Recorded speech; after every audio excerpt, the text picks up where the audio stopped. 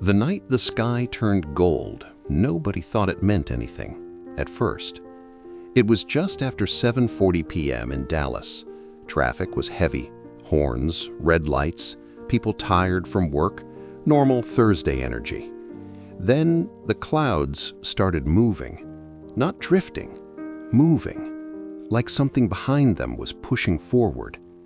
Marcus Hill noticed it first while pumping gas. He looked up because the light changed, not darker, not brighter, just different. The sunset wasn't orange, it was gold, thick gold, like molten metal spreading across the sky. His phone buzzed, a text from his sister. "Are you seeing this?" Before he could reply, every phone in the gas station parking lot started glitching, screens flickering, music cutting out mid-song, car radios turning to static. Then came the sound, low at first, deep, not thunder, not a jet. It vibrated in his chest more than his ears. People froze. A woman dropped her coffee. A man stepped out of his truck and slowly turned toward the sky.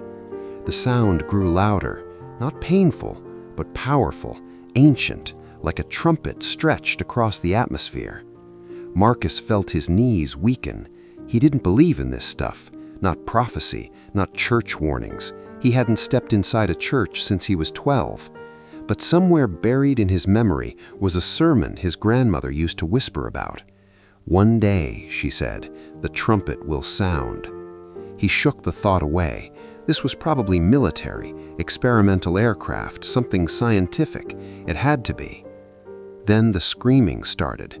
A car rolled forward into a light pole. No driver.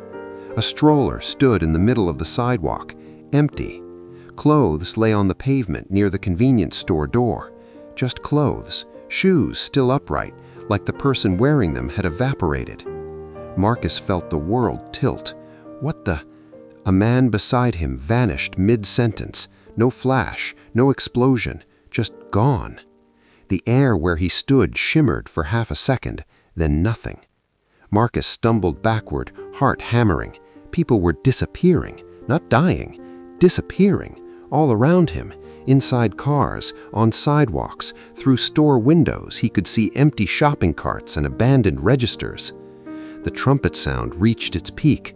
Then, silence. Complete silence. Even the birds were gone. The golden sky slowly dimmed back to normal dusk, and the world that remained was not the same world that existed 5 minutes ago. Sirens began in the distance, one, then three, then dozens. Marcus grabbed his phone. No signal. He tried calling his sister. Call failed. He tried again. Nothing. All around him, people were shouting names. "Emily! Dad! Oh, God!" That phrase was everywhere now. Oh, God. The same people who never said it before were saying it now. A man dropped to his knees in the parking lot, shaking. It was real. It was real. Marcus felt cold. His grandmother's Bible sat in a box in his apartment closet. He hadn't opened it in years, but he remembered one verse she used to repeat when the news talked about wars and disasters. "There will be signs in the sun, moon, and stars." He didn't remember where it was from. He just remembered her voice trembling when she said it. Accidents were multiplying. Without drivers, cars kept rolling. Fires sparked near the highway. Smoke began rising. Helicopters tried lifting off from a nearby hospital rooftop. One wobbled and tilted sideways, barely stabilizing, because pilots were gone too. Doctors, parents, children. Not everyone, but many. Marcus realized something chilling. He was still here, which meant he wasn't taken. The thought hit him like a punch. Why not? He backed up until he hit his car, breathing hard. Around him, the remaining crowd had split into two types of people, those in shock and those who understood exactly what had happened. A woman in her late 40s stood near the gas pump, tears streaming down her face. "He came," she whispered. "He actually came." Marcus walked toward her slowly. "What do you mean?" She looked at him like he was asking why the sky was blue. The rapture. Jesus came for his church. Her words felt heavy, not dramatic, not exaggerated, just steady, certain. Marcus shook his head. No, that's... Another explosion sounded from the highway, black smoke rising higher now. Emergency alerts finally pushed through on phones. Global disappearances reported. Cause unknown. Stay calm. Stay calm. How? Marcus thought about his sister again. She believed. She used to invite him to church every Easter. He always had an excuse. Too busy, too tired, maybe next time. He started his car. The radio finally came back with a shaky news anchor. Millions possibly missing worldwide, aircraft incidents, government urging citizens to remain indoors. The voice cracked. Even he sounded like he knew. Marcus pulled out of the gas station carefully, swerving around an empty SUV that had crashed into a light post. The city skyline looked normal, too normal, but something invisible had shifted, like a spiritual earthquake.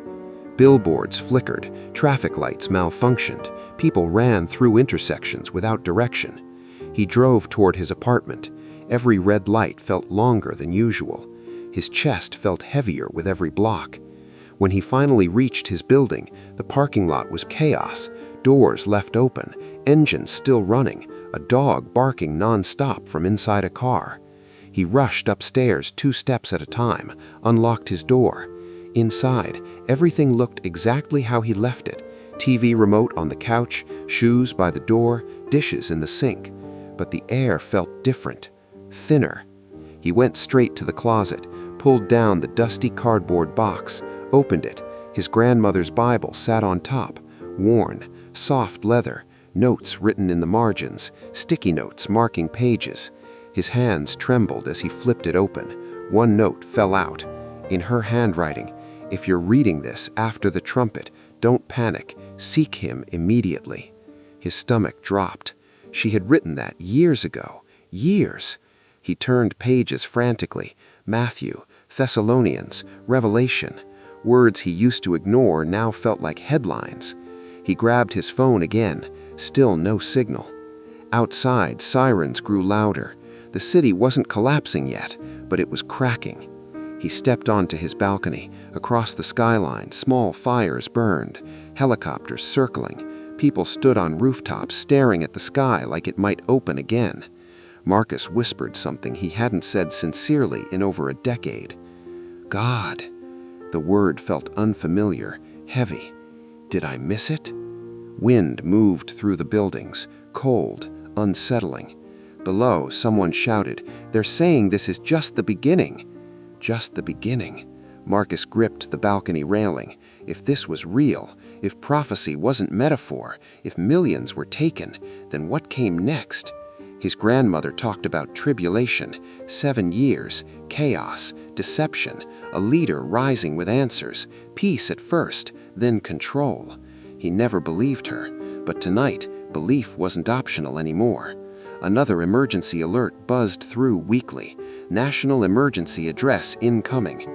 He stepped back inside, closed the balcony door, sat on the couch, Bible open in his lap, city sirens echoing through the walls. The golden light from earlier was gone. Night had fully fallen, and deep down, Marcus knew something terrifying. This wasn't random. This wasn't science. This wasn't aliens. This was exactly what he had been warned about his entire childhood. And if the rapture had already happened, then the world was about to meet everything that came after it. His TV suddenly flickered on by itself, static. Then a government seal appeared. A man stepped behind a podium, face pale, eyes tired. "We are facing an unprecedented global event." Marcus leaned forward slowly, heart pounding, because whatever explanation they were about to give, he already knew it wouldn't be the truth. And outside, far above the dark skyline of Dallas, clouds began to gather again, not golden this time, but heavy, waiting. The man on the screen adjusted his tie like that might steady his shaking hands. Behind him stood military officials, scientists, faces Marcus had seen on news panels for years, confident people who always had answers. Tonight, they didn't. "We are currently investigating a global atmospheric phenomenon," the man said carefully. "Preliminary data suggests a coordinated electromagnetic disturbance." Marcus almost laughed. Electromagnetic disturbance? People didn't leave their clothes behind because of a solar flare. The man continued, "We urge citizens not to speculate or spread misinformation online. There is no evidence of any supernatural cause." No evidence. Marcus looked down at the open Bible in his lap. His grandmother's handwriting stared back at him from the margin beside one verse. "For the Lord himself will descend from heaven with a shout, with the voice of the archangel, and with the trumpet of God." He remembered now. 1 Thessalonians, the trumpet. He swallowed hard. The broadcast cut to shaky live footage from New York. Empty taxis crashed into sidewalks. A subway train stalled inside a tunnel. Reporters trying to speak over crowds crying in the streets. Then footage from Los Angeles, a freeway pileup stretching for miles. Chicago, London, Tokyo, everywhere, the same thing. Gone. The camera returned to the podium. "We are deploying National Guard units to stabilize major cities. Power grids remain operational, but we are experiencing shortages in critical sectors." Marcus muted the TV. Shortages. That was the polite word for collapse. Hospitals would be missing surgeons, airports missing pilots, police departments missing officers, churches missing pastors. The thought hit him like ice water. Churches. He grabbed his phone again, finally catching one bar of signal.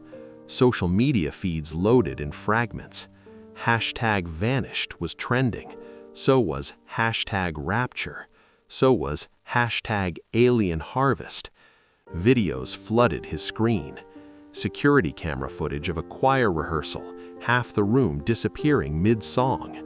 A daycare classroom where 2 teachers vanished and toddlers cried alone. A dashcam clip showing a driver turning into thin air before the car drifted off the road. Marcus's chest tightened. His sister. He typed her name into the search bar. Nothing. He called again. This time it rang. Once. Twice. Then voicemail. His cheerful recorded voice pierced him. "Hey, it's Sarah. Leave a message." His throat closed. "Sarah? It's me. Call me, please. He couldn't finish. He ended the call and stood up suddenly, pacing. If she believed, if she really believed like she always said she did, then she might be gone. The thought made his knees weak. He grabbed his keys again. He needed to see. Her house was 15 minutes away, 20 with traffic, but traffic wasn't normal anymore. The stairwell in his building echoed with panicked voices. Someone was crying loudly on the 3rd floor. Outside, the air felt heavier than before. The city hummed with a new kind of fear, sharp, electric. He drove carefully, weaving around abandoned vehicles. At one intersection, a bus sat diagonally across the lanes, doors open, no driver. A group of people stood nearby arguing. "This is the government," one man shouted. "It's aliens. It's God's judgment," an older woman yelled back. Marcus kept driving. When he turned onto Sarah's street, his stomach dropped. Her front door was open. The porch light flickered. He parked crookedly and ran up the walkway. "Sarah?" No answer. He stepped inside slowly. The TV was on in the living room, frozen on the same emergency broadcast. Her purse sat on the couch. Her phone lay on the coffee table, but she wasn't there. In the kitchen, a pot boiled over on the stove, steam filling the room. He turned the burner off with shaking hands. "Sarah?" he whispered again. Then he saw it.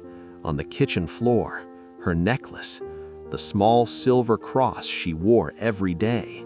It lay tangled in a small pile of clothes. Marcus felt something inside him break. She had been right. All those years of quiet faith, all those invitations, all those warnings he brushed off with a smile. She was gone, and he was still here. He sank into one of the kitchen chairs, staring at the cross on the tile floor. Outside, sirens wailed again, closer this time.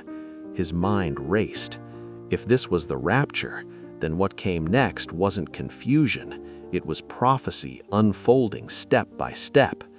His grandmother used to talk about a leader rising in chaos, someone calm, charismatic, promising unity, peace, solutions, and people would follow him because fear makes humans desperate. Marcus stood slowly and walked back into the living room. The TV screen flickered again, cutting away from the government podium. A new feed appeared, an international summit already forming, leaders from multiple nations standing together, speaking urgently. One man stepped forward, younger than the others, composed, voice steady. While everyone else looked shaken, he looked prepared. Marcus felt a chill run down his spine. The man spoke clearly. "This tragedy has united humanity in an unexpected way. We must not divide ourselves with religious extremism or panic.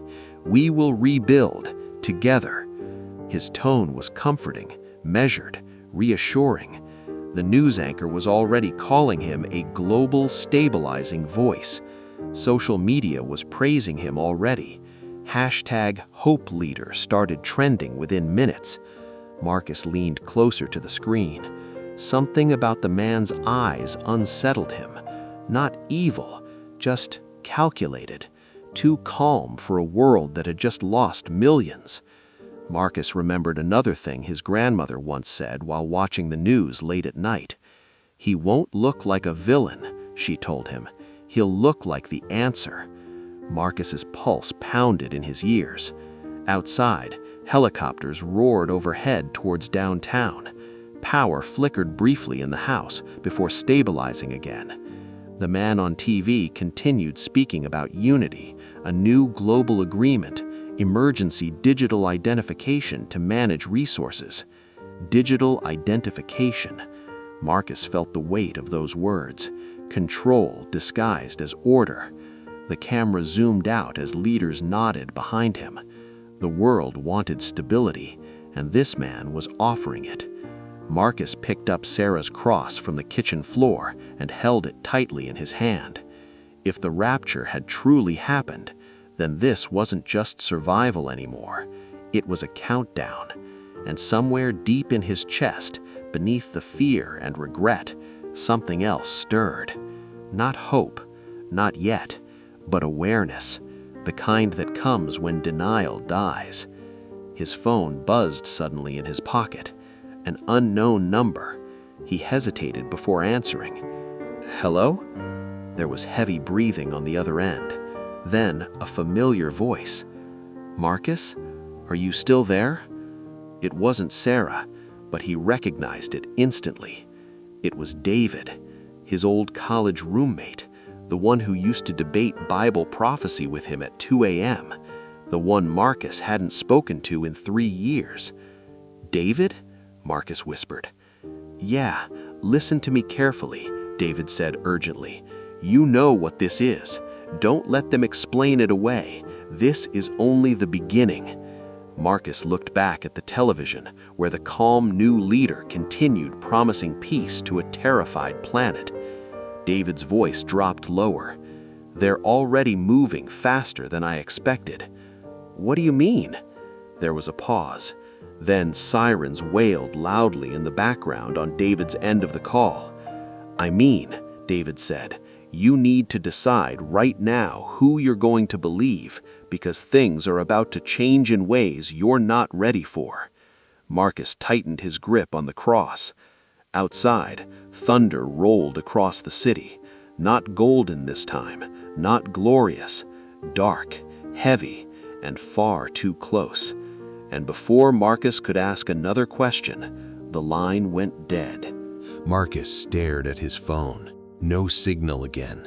Just a dead screen reflecting his own shaken face back at him. "David?" he said quietly, even though he knew the call was gone. Outside, the thunder rolled again, longer this time, the kind that didn't just crack, it rumbled like something massive shifting above the clouds. He moved toward the front window of Sarah's house and pulled the curtain slightly aside. Police cars were moving slowly down the street, loudspeakers announcing curfews. A drone hovered overhead, red light blinking, scanning. This was happening too fast. The disappearance had barely been an hour ago. How were they already this organized? His phone vibrated in his hand. One bar of signal returned. A text from David finally pushed through. "Turn on channel 7, not the main feed, the secondary stream." Marcus rushed back to the living room and flipped through channels until he found it, a lower-budget news stream, shaky camera, less polished. A reporter stood outside what looked like a massive government building in D.C. "We're being told an emergency global coalition is forming as we speak. Several world leaders are already in private talks with Adrian Keller." The name hit the screen in bold letters. Adrian Keller, International Diplomatic Envoy. Marcus froze. That was the calm man from earlier. Keller stepped in front of microphones again, speaking with controlled urgency. "We are establishing a temporary global economic framework to stabilize markets and prevent further collapse. A unified digital infrastructure will allow us to track displaced populations, redistribute resources, and ensure no one is left behind." Displaced populations. Marcus felt a cold wave rush through him. That's what they were calling it. Not vanished, not taken, displaced. Keller continued, "In times like this, misinformation is dangerous. We urge faith communities not to spread apocalyptic narratives that may cause unnecessary fear." Marcus almost threw the remote. Apocalyptic narratives? Millions of people vanished. Planes fell from the sky. Cars crashed into buildings. And they were worried about narratives? His phone buzzed again. Another text from David. "He's the one I told you about years ago. Watch how fast the world gives him power." Marcus remembered. Late-night debates in their dorm room. David used to talk about how global crises would prepare the world for centralized authority. Marcus always dismissed it as overthinking. Now it felt like a blueprint unfolding. Outside, a convoy of black SUVs sped down the street toward the highway. The power flickered again, longer this time. The TV glitched. For a split second, the broadcast cut to static. And in that static, Marcus thought he heard something. Not electronic noise, a whispering tone, low, almost layered beneath the signal. Then it snapped back to Keller's speech. Marcus turned the volume down slowly. His heart was beating too loud to think clearly. He needed answers, real ones. He grabbed Sarah's laptop from the desk in the corner and opened it. The internet was unstable but working in bursts. He typed one word into the search bar: rapture. Millions of results, forums exploding with testimonies. Pastors who had been warning about this were gone, but some weren't. A live stream popped up from a small church basement somewhere in Tennessee. A young pastor sat in front of a camera, face pale but steady. "If you're watching this and you're still here, this is not the end of your story. But you need to understand something. What just happened was mercy. What comes next is judgment." Marcus leaned closer. The comments were flying by, people confessing, crying, asking what to do. The pastor continued, "There will be a leader who offers peace. He will seem like a savior to the world, but he will demand something in return." Marcus's chest tightened. The screen suddenly froze. Then the stream was removed. Account suspended. He stared at the message. Suspended? Already? He refreshed the page. Gone. His phone buzzed again. David calling. This time the signal held. "Marcus," David said urgently. "No greeting, no small talk. They're taking down anything that calls it what it is." "I just saw that," Marcus replied. "Keller is pushing for a global address in 2 hours. Emergency authorization, economic reset, digital ID rollout." Marcus paced across the living room. "That fast?" "Yes, because fear makes people compliant." A loud knock echoed from the front door. Marcus froze. 3 sharp knocks, authoritative. David's voice lowered. "Where are you?" "At Sarah's house." "Are you alone?" "Yes." Another knock, louder. "Marcus," David said, "whatever happens, don't sign anything. Don't register for anything. Not yet." "Sign what?" The knock came again, followed by a voice. "City emergency response. We're conducting resident verification." Marcus's pulse spiked. "Verification?" David heard it through the phone. "That's them starting the system. They're mapping who's left." Marcus moved quietly toward the door and looked through the peephole. 2 uniformed officers stood outside, but behind them, parked at the curb, was a sleek black van with no markings, its engine running. He stepped back. "I can't ignore them," Marcus said. "You don't have to. Just don't commit to anything. They're going to make it sound helpful." The officers knocked again. "Sir, we need to confirm occupancy. Please open the door." Marcus ended the call and took a slow breath. He opened the door halfway. "Yes?" The older officer gave a tight smile. "Evening, sir. We're confirming residence after the atmospheric event. Were you alone in the house at the time of the atmospheric event?" "Atmospheric event?" Marcus swallowed. "Yes." The officer glanced at a tablet in his hand. "Anyone missing from this address?" Marcus hesitated. Sarah. The cross in his pocket felt heavier. "My sister," he said finally. "She's gone." The officer nodded with rehearsed sympathy. "We're categorizing those cases as displacement. We'll need you to register through the Emergency Stabilization Program. It'll ensure you receive updated communications, food distribution access, and protection benefits." Protection benefits. Marcus's eyes drifted to the black van again. Its windows were tinted too dark to see inside. "What kind of registration?" he asked carefully. The younger officer stepped forward slightly. "Biometric scan and digital ID activation. Quick process. Mandatory. Within 48 hours. Mandatory. Marcus felt the word sink into his bones. "And if I don't?" The older officer's smile thinned. "We strongly advise compliance. Non-registered individuals may experience restricted access to essential services." David's warning echoed in his mind. Fear makes people compliant. Marcus nodded slowly. "I understand."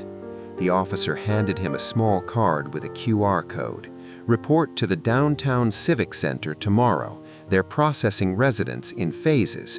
The sooner you register, the smoother things will be." Smoother. Marcus took the card. "Thank you," he said. The officers turned and walked back toward the black van. As they opened the rear door briefly, Marcus caught a glimpse inside. Not seats, equipment, monitors, rows of tablets, and something else, a symbol glowing faintly on one of the screens, geometric, unfamiliar. The door shut quickly. The van pulled away. Marcus closed the front door slowly and locked it. His breathing was shallow. He looked down at the QR card in his hand. Clean, official, efficient. This wasn't chaos anymore. This was organization, fast, calculated. He walked back to the couch and turned the volume up again. Keller's face filled the screen. "A unified identification system will prevent fraud, restore economic stability, and ensure equitable resource distribution during this transition period." Transition period. Marcus sat down heavily. His grandmother's words echoed again in his memory. "He won't look like a villain. He'll look like the answer." Outside, thunder cracked sharply overhead, the lights flickered, and on the television, Adrian Keller paused mid-sentence just for a second and smiled in a way that didn't reach his eyes. The smile lasted less than a second. Most people wouldn't have noticed it, but Marcus did. It wasn't comforting. It wasn't reassuring. It was confident, like a man watching a plan unfold exactly on schedule. The broadcast cut to commercial, something pre-recorded about unity and rebuilding, but Marcus muted it again. His hands were shaking now, not from shock anymore, but from realization. This wasn't random. It was structured, designed. His phone buzzed again. David. Marcus answered immediately. "They're already going door to door," Marcus said. "I know," David replied. His voice sounded like he was moving, wind rushing past his phone. "They hit my apartment complex 20 minutes ago." "What did you do?" "I told them I'd register tomorrow." "Are you going to?" There was a pause. "No." Marcus ran a hand through his hair. "They said it'll be mandatory within 48 hours. "It will be," David said. "That's how they start. Voluntary, then required, then enforced." Thunder rolled again, closer this time. Marcus walked toward the window. Dark clouds were gathering unnaturally fast, swallowing what little moonlight remained. Streetlights flickered on, casting long shadows across the neighborhood. "David, what are we supposed to do?" Marcus asked quietly. "You need to decide whether you're surviving or standing." The words hit harder than Marcus expected. Standing. He looked down at the QR card in his hand. It felt small, innocent, but it wasn't. His phone buzzed with emergency alerts again. New global address, 10 p.m. EST. Civic Center registration begins at 6 a.m. Marcus checked the time. 9:12 p.m. Less than an hour. The rollout speed was unreal. "They're moving too fast," Marcus muttered. "That's the point. Shock keeps people from questioning." A loud explosion echoed in the distance, not thunder this time. Marcus flinched. Smoke began rising somewhere beyond the tree line. "Where are you?" Marcus asked. "Heading downtown. I want to see the Civic Center set up before morning." "You're going there?" "Yeah." "Are you crazy?" "Probably," David said. "But if we don't know what they're building, we're blind." Marcus paced the living room again. Every instinct told him to stay hidden, to register, to keep his head down, to survive. But another voice, quieter, deeper, told him something else. If this truly was the beginning of what prophecy described, then hiding wouldn't stop it. The TV flickered back to Keller's image as the global address began early. The room grew silent except for his voice. "Citizens of the world," Keller said calmly, "today we faced an event that has shaken our understanding of reality. Fear is natural, confusion is expected, but we will not descend into chaos." Marcus leaned closer. Keller continued, "We are entering a new era, one defined not by division, but by unity. To protect the global economy and ensure equal access to resources, we are implementing a temporary universal digital identification system." The screen displayed a sleek logo, a circular emblem intersected by 3 vertical lines. Simple, modern, clean. Marcus felt his stomach tighten. Keller spoke again. "This system will allow every remaining citizen to receive food credits, medical access, employment security, and financial stability. Participation is mandatory for the safety of all." There it was, mandatory. The word echoed like a hammer strike. The camera zoomed slightly closer to Keller's face. For too long, humanity has been fragmented by belief systems that divide us. This is an opportunity to rebuild on truth, science, and collective progress. Marcus's jaw tightened. Belief systems. The pastor's stream was removed. Religious narratives labeled dangerous. This wasn't just stabilization, it was restructuring. The comments feed beneath the broadcast was split, half praising him, half panicking.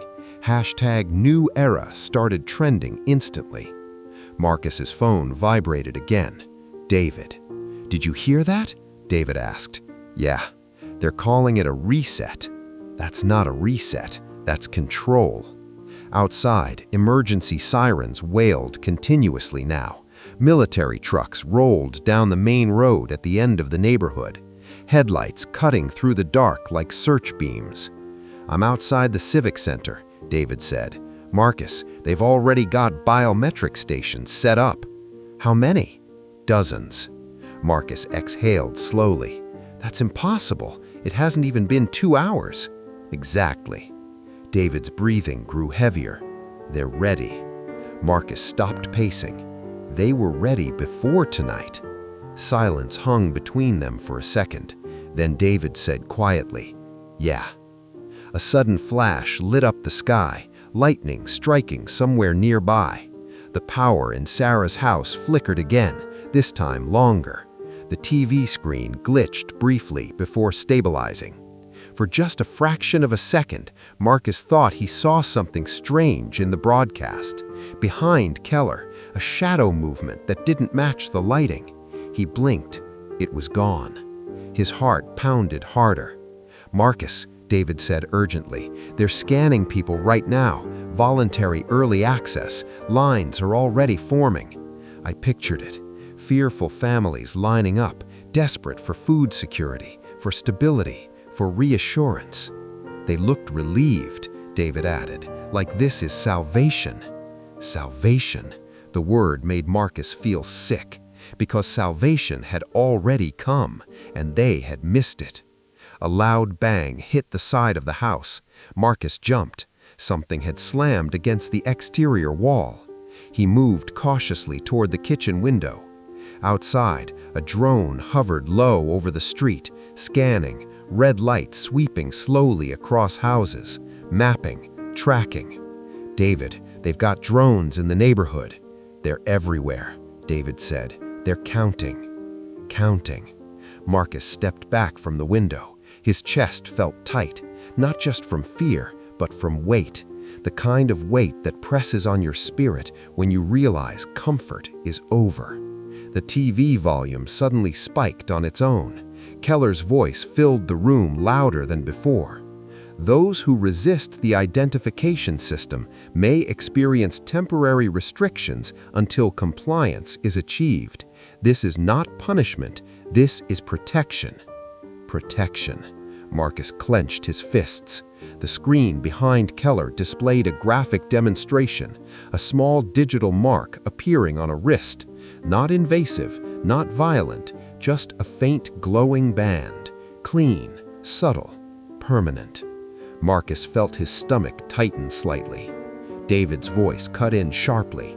"They're branding it as voluntary at first, but listen carefully to the language. Access-dependent, protection-based compliance." Marcus nodded, even though David couldn't see him. "They're not forcing it," Marcus said quietly. "Not yet." The drone outside drifted away slowly, disappearing over the rooftops, but the feeling of being watched remained. The global address ended with applause from leaders standing behind Keller. Applause in the middle of worldwide disappearance. Marcus turned the TV off completely. The silence afterwards felt louder than the broadcast. "Marcus," David said, voice steadier now, "if prophecy is unfolding the way we think, this is only phase 1. What's phase 2? There was a pause. Then David answered, "Allegiance." Marcus looked down at Sarah's silver cross still clutched in his hand. His heart pounded in his ears. Outside, the clouds churned unnaturally fast. The wind began to rise, and somewhere far above the city, hidden beyond the storm, something shifted, not seen, but felt. The wind picked up fast. Not a normal storm wind. This felt directed, focused, like the air itself had purpose. Marcus stepped back from the window as tree branches whipped violently across the street. Trash cans toppled. Car alarms started going off one by one. His phone crackled in his ear. "Marcus?" David's voice broke in and out with static. You still there?" "Yeah, storm's hitting here. It just rolled over downtown, too," David said. "But listen to me, something else is happening." Marcus swallowed. "What?" "They've set up giant projection screens outside the Civic Center, not just for announcements. It looks like some kind of demonstration." "Demonstration of what?" "I don't know yet, but the crowd's growing, fast." Marcus paced the living room again, heart pounding. Why would people go out in this weather? "Because fear makes people look for a leader," David said quietly, "and Keller just gave them one." A loud crack of thunder shook the house so hard that a picture frame fell off the wall. Glass shattered on the floor. Marcus flinched. For a brief second, the lights went out completely. Total darkness swallowed the house. He froze. The kind of darkness that feels alive. Then the power surged back on, but dimmer than before. The bulbs flickered like they were struggling to hold current. "Marcus," David's voice lowered, "you need to see this." "See what?" "The sky." Marcus moved quickly back to the front window and pulled the curtain aside again. The clouds weren't just moving, they were rotating. A massive circular formation slowly twisting above the city. Lightning flashed within it, not striking downward, but swirling inside like something trapped. His breathing became shallow. "That's not normal," he whispered. "No," David replied, "it's not." Sirens grew louder in the distance. Then Marcus noticed something else. The storm wasn't spreading outward. It was centered, over downtown, over the Civic Center. "David, get out of there." "I'm not close enough to be inside the perimeter," David said, though his voice betrayed hesitation. "But something's about to happen." Marcus felt it too, a pressure building in the air, like the moment before a detonation. Suddenly, every screen in Sarah's house flickered on at once. The TV, the laptop, even her tablet on the kitchen counter, all overriding to the same live feed, downtown. The crowd outside the Civic Center stood under massive floodlights, rain pouring down, but no one moving. They were staring upward. The camera zoomed toward the swirling storm above them, and then the clouds parted. Not fully, just enough to reveal a strange glow inside, golden, radiant. Marcus's heart stopped for a split second. For one impossible, overwhelming moment, he thought, but the glow shifted, changed. It wasn't warm, it was sharp, cold. The projection screens flickered to life beneath the storm. Keller stepped onto a raised platform outside the Civic Center, completely calm despite the chaos above him. The wind didn't seem to touch him. Rain curved around him unnaturally. Marcus leaned closer to the screen. "That's impossible," he muttered. David's breathing was audible now. "He's standing in the open, and he's dry." The crowd murmured in awe. Keller lifted his hands slowly. "Do not be afraid." His amplified voice echoed through speakers across the city. The storm quieted slightly, not stopping, just responding. "We are witnessing atmospheric instability caused by today's global shift, but humanity will not be ruled by fear." Lightning flashed again, but this time it struck the top of the Civic Center building. Instead of exploding, the energy traveled downward in a controlled line, channeling directly into the structure. The lights across downtown surged brighter than ever before. A collective gasp rose from the crowd. Marcus's stomach twisted. "That wasn't random," he whispered. "No," David said, "it wasn't." Keller's voice deepened slightly. Tonight marks the beginning of humanity's evolution beyond superstition, beyond division, beyond ancient belief systems that limited our potential. Marcus's grip tightened on the cross.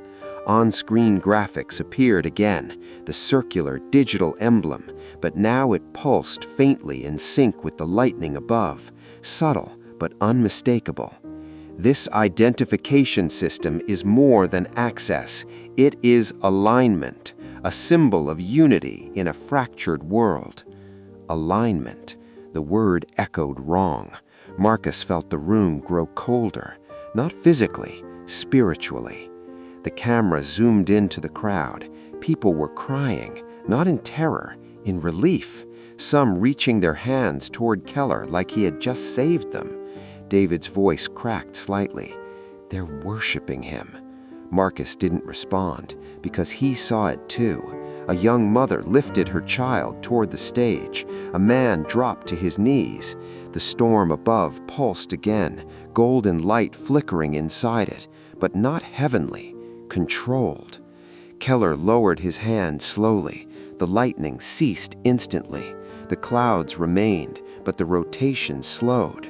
The crowd erupted in applause. Applause. Marcus stepped back from the screen like he'd been burned. That wasn't weather, David said again. It was a display, a sign, but not from heaven. Marcus's phone buzzed with another emergency alert. Phase 2 implementation begins at dawn. Early registration prioritized. Marcus's chest felt tight. Phase 2, he said quietly. David exhaled slowly. They're accelerating. Outside, the storm began moving outward now, slowly spreading across the skyline.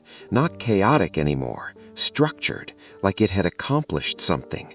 Marcus looked down at the QR card still on the coffee table, then at Sarah's cross in his hand. 2 symbols, 2 allegiances.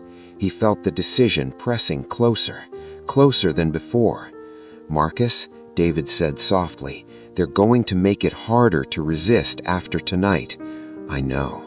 You don't have much time.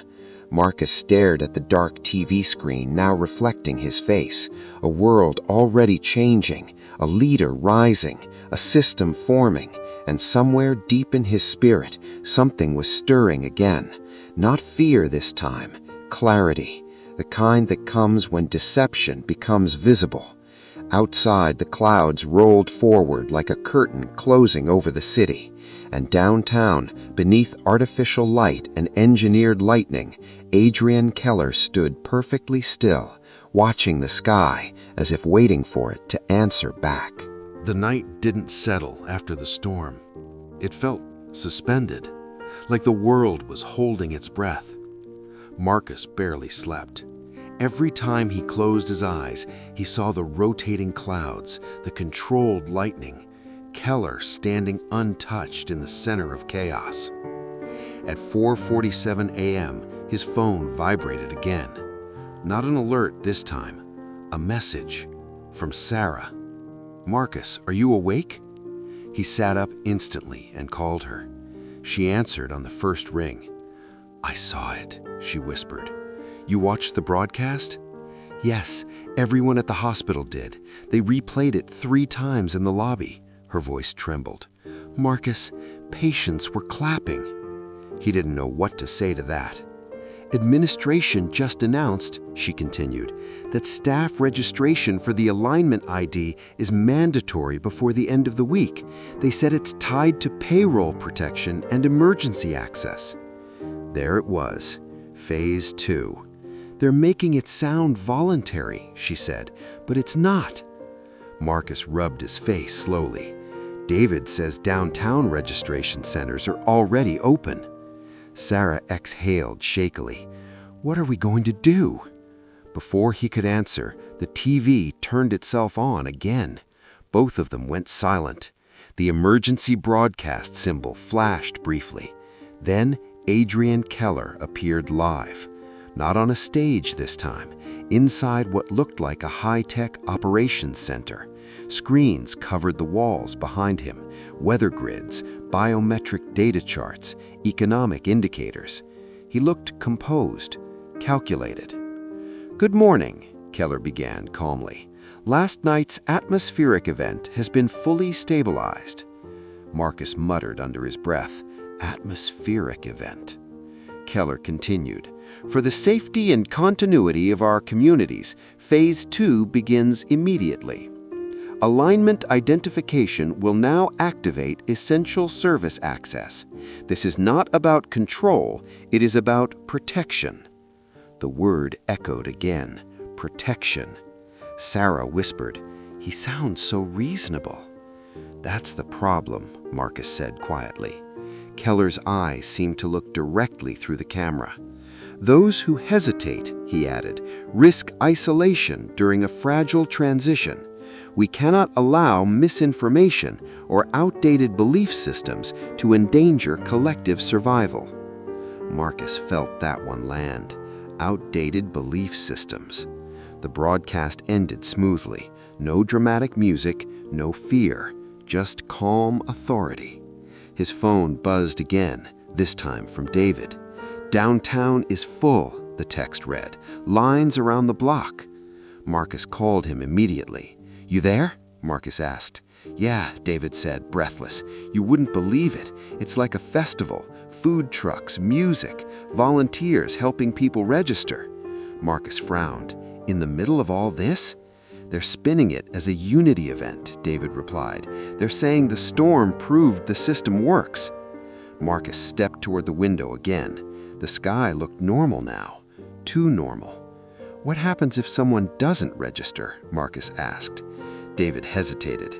"Rumor is," he said slowly, "their digital access gets suspended first, then banking restrictions, then travel limitations."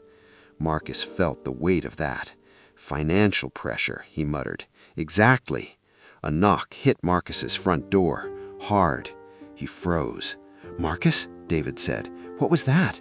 Another knock, more forceful. Marcus walked cautiously to the door and checked the peephole. 2 men in dark jackets, city insignia on the sleeves. His pulse spiked. "They're here," he whispered. "For what?" David asked sharply. "They're going door to door." The knock came again. "Mr. Hale?" one of the men called out. "Community compliance check." Marcus closed his eyes for a second. This was faster than he expected. He opened the door halfway. "Yes?" "Good morning," the taller man said politely. "We're ensuring residents are informed about Phase 2 activation. Have you completed your alignment registration?" Marcus forced a neutral expression. "Not yet." The man smiled, but it didn't reach his eyes. "We strongly recommend doing so today. Access updates roll out at midnight." The second man held up a tablet. "Would you like assistance now?" Marcus glanced at the screen. The circular emblem glowed softly on it, waiting. "No," Marcus said carefully. "I'll handle it." The taller man studied him for a moment, then nodded slowly. "Don't delay," he said. "You don't want necessary complications." They walked away. Marcus shut the door and locked it. His hands were shaking now. David was still on the phone. "They're not even hiding it anymore," David said grimly. Sarah's voice chimed in. She had stayed on the line silently. "They cut one nurse's schedule this morning. She posted concerns online last night." Marcus felt the walls closing in. "This isn't about weather," he said quietly. "It's about allegiance." Silence fell between them. Then David spoke. "I found something," David said. "Old footage, before Keller went public." "What kind of footage?" Marcus asked. "Private tech symposium, closed event. I got a copy from someone who used to work in his research division." Marcus's pulse quickened. "Send it." A video file came through. Marcus opened it.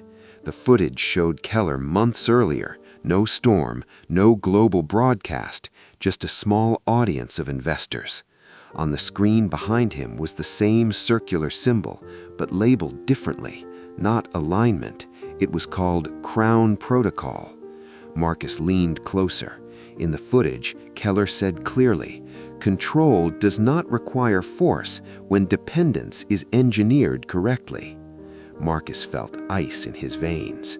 "That's him," David said. "Same voice, same symbol." Sarah whispered, "Why would he rename it?" "To make it sound benevolent," Marcus replied. The video continued. "Once the population perceives instability," Keller said in the old footage, "they will surrender autonomy for perceived order." Marcus stopped the video. The room felt silent a different way now, not confusion, revelation. "He planned this," Sarah breathed. "Yes," Marcus said, "every step." Outside, distant sirens began again, not chaotic, coordinated. Marcus looked at the QR card on the table one last time, then picked it up, slowly. He walked to the kitchen sink. David's voice sharpened. "Marcus, what are you doing?" Without answering, he turned on the faucet. Water rushed over the card. The ink began to blur. The circular emblem distorted. He dropped it fully into the sink and let it soak. Sarah exhaled sharply. "Marcus!" He looked at his reflection in the window. The city skyline beyond it already dotted with new digital billboards displaying the glowing symbol. Registration deadline, 11:59 p.m. He turned the faucet off. The ruined card lay limp in the basin. "I'm not aligning with that," he said quietly. David didn't speak for a moment. Then steady. "Then we need a plan." Marcus nodded slowly. "Yes," he said, "we do." Outside, drones began to move across the sky, small blinking lights scanning neighborhoods below. Midnight was coming, and this time, Marcus wasn't waiting for the storm. He was ready to stand in it. End.